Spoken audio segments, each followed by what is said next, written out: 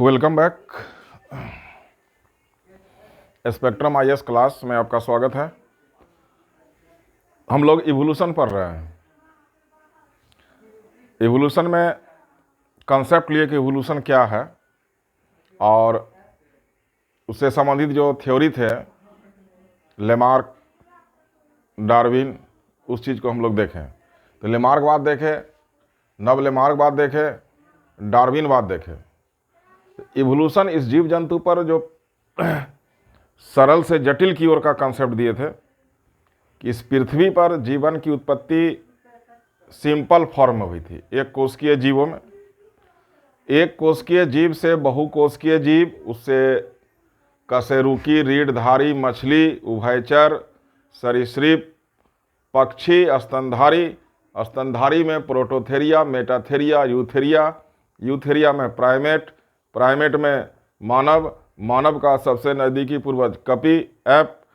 तो अब ये इवोल्यूशन जो चल रहा है वो सिंपल से कॉम्प्लेक्स की ओर शो कर रहा है, सरल से जटिल, सरलतम से जटिल की ओर। अब उसी इवोल्यूशन को प्रूव करने के लिए डार्विन का सिद्धांत आया था, लेकिन डार्विन ने प्राकृतिक चयन पर काफ़ी जोर दिया था और उसका कमेंट हुआ। लेकिन कमेंट होने के बाद भी डार्विन का कुछ जो पॉइंट है वो प्रासंगिक है। तो उसी संदर्भ में नव लेमार्कवाद आया। नव लेमार्कवाद को प्रस्तुत करने वाले वैज्ञानिक जूलियस हक्सले थे। अब डार्विन 1859 के समय स्टडी उतना नहीं था साइंस में, साइटोलॉजी, जेनेटिक्स या क्रोमोजोमल स्टडी या जीन का स्टडी। तो उस समय का जो वक्तव्य था वो काफ़ी महत्वपूर्ण रखता है, इसलिए कि स्टडी या नॉलेज उस समय उतना नहीं था। अंधकार युग था विज्ञान में और ऑर्थोडॉक्स था दुनिया।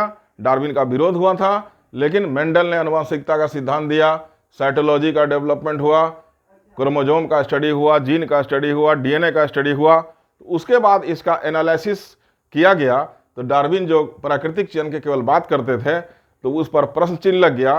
अब इनके समर्थकों ने उनका जो डार्विन का सिद्धांत है उसको संशोधित करके प्रस्तुत किया, यानी उनका जो निगेटिव पॉइंट है उसको हटा दिया गया, उसमें जो ही पॉजिटिव पॉइंट है उसको रखा गया। तो हक्सले का श्रेय इसमें जाता है। इसलिए डार्विन का जो सिद्धांत था उसका संशोधित रूप जो है नव डार्विनवाद को माना जाता है।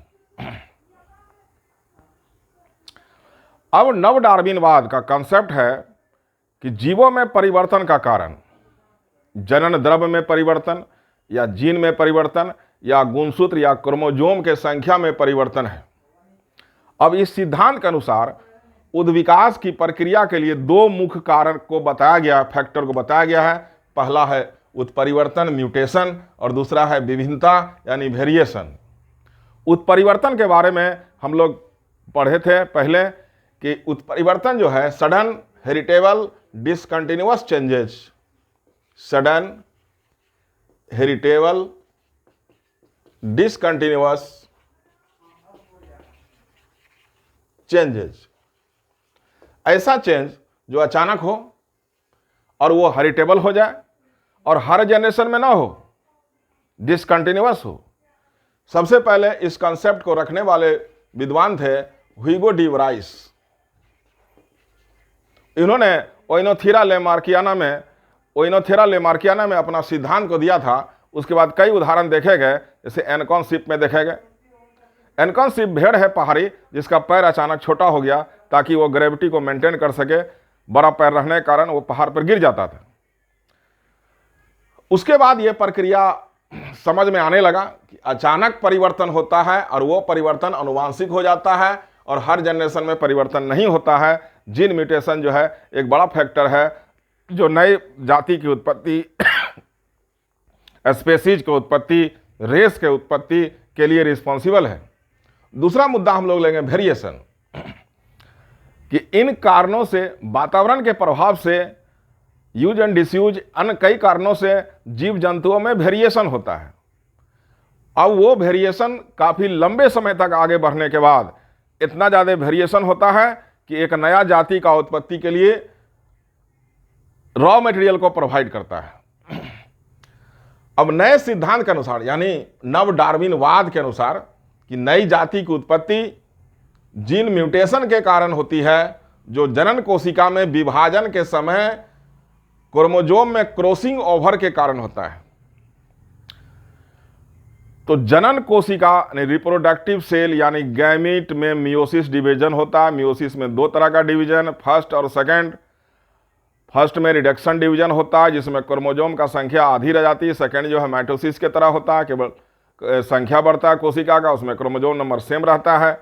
तो मियोसिस डिवीजन में जो है, रिडक्शन डिवीजन में है अर्धसूत्री विभाजन, उसको हिंदी में बोलते हैं। एक घटना होता है क्रॉसिंग ओवर, उस क्रॉसिंग ओवर में क्रोमोजोम का आर्म जो है वो एक्सचेंज होता है। क्रोमोजोम के ऊपर जीन होता है, यानी जीन भी एक्सचेंज होता है। तो जीन एक्सचेंज होने के कारण जो अगला जनरेशन होता है उसमें नया गुण आता है, यानी उसमें वेरिएशन होता है। यानी वेरिएशन को काफी मुद्दा दिया गया है। जीवों में उत्परिवर्तन की क्रिया एक आकस्मिक घटना है, सडन घटना है, जिसका प्रभाव अच्छा या बुरा हो सकता है। कि मान लीजिए म्यूटेशन हुआ, वो निगेटिव भी सेंस में जा सकता है, कैरेक्टर निगेटिव डेवलप हो सकता है या पॉजिटिव कैरेक्टर डेवलप हो सकता है। अब उसका सिलेक्शन होगा कि जो पॉजिटिव कैरेक्टर वाला है वो जीव जंतु रहेगा अकॉर्डिंग टू इन्वायरमेंट, जो कैरेक्टर अपने को चेंज कर रहा है। म्यूटेशन में ये जरूरी नहीं है कि केवल पॉजिटिव हो, निगेटिव भी कैरेक्टर, खराब कैरेक्टर भी डेवलप हो सकते हैं।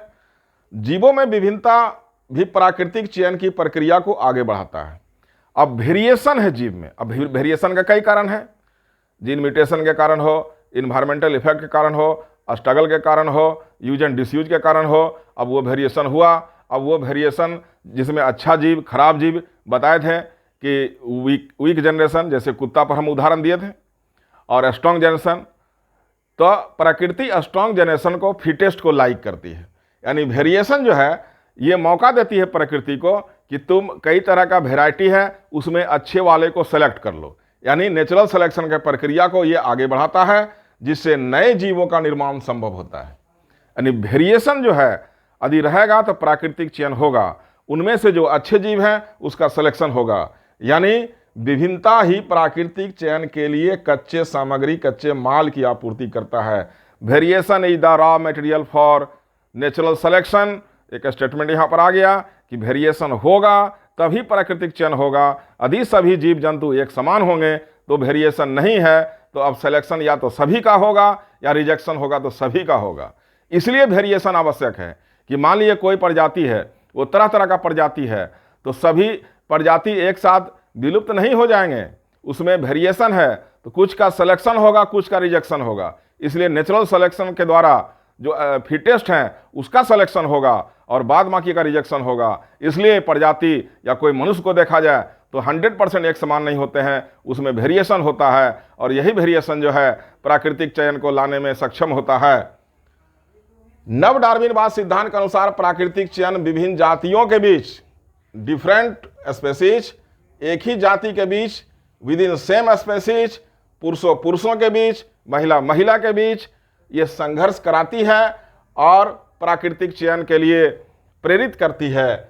यह सिद्धांत गणित की मूलभूत अवधारणाओं पर वंशानुक्रमण व्याख्या, मैंने यह प्रोबेबिलिटी के सिद्धांत पर काम करता है, जिसके आधार पर प्राकृतिक चयन की तीव्रता एवं भविष्य में आने वाले जैविक परिवर्तन का अनुमान लगाया जा सकता है कि इसका जो हम फ्रीक्वेंसी जान सकते हैं और उस फ्रीक्वेंसी को जानकर इन फ्यूचर में होने वाले चेंजिंग को हम आकलन अभी कर सकते हैं। यानी नव डार्विनवाद साइंटिफिक बेस है, प्रेजेंट स्टडी पर आधारित है। डार्विनवाद का इसमें जो पॉजिटिव पॉइंट है उसको रखा गया है। डार्विन ने जो सिद्धांत दिया था उसकी सटीक व्याख्या नहीं किए, लेकिन जो मेंडल का सिद्धांत है, साइटोलॉजी है, क्रोमोजोम का स्टडी है, जीन का स्टडी है, इन सब को आने के बाद इसको नए सिरे से प्रस्तुत किया गया और नए सिरे से प्रस्तुत करने के बाद उसकी पुनर्व्याख्या की गई।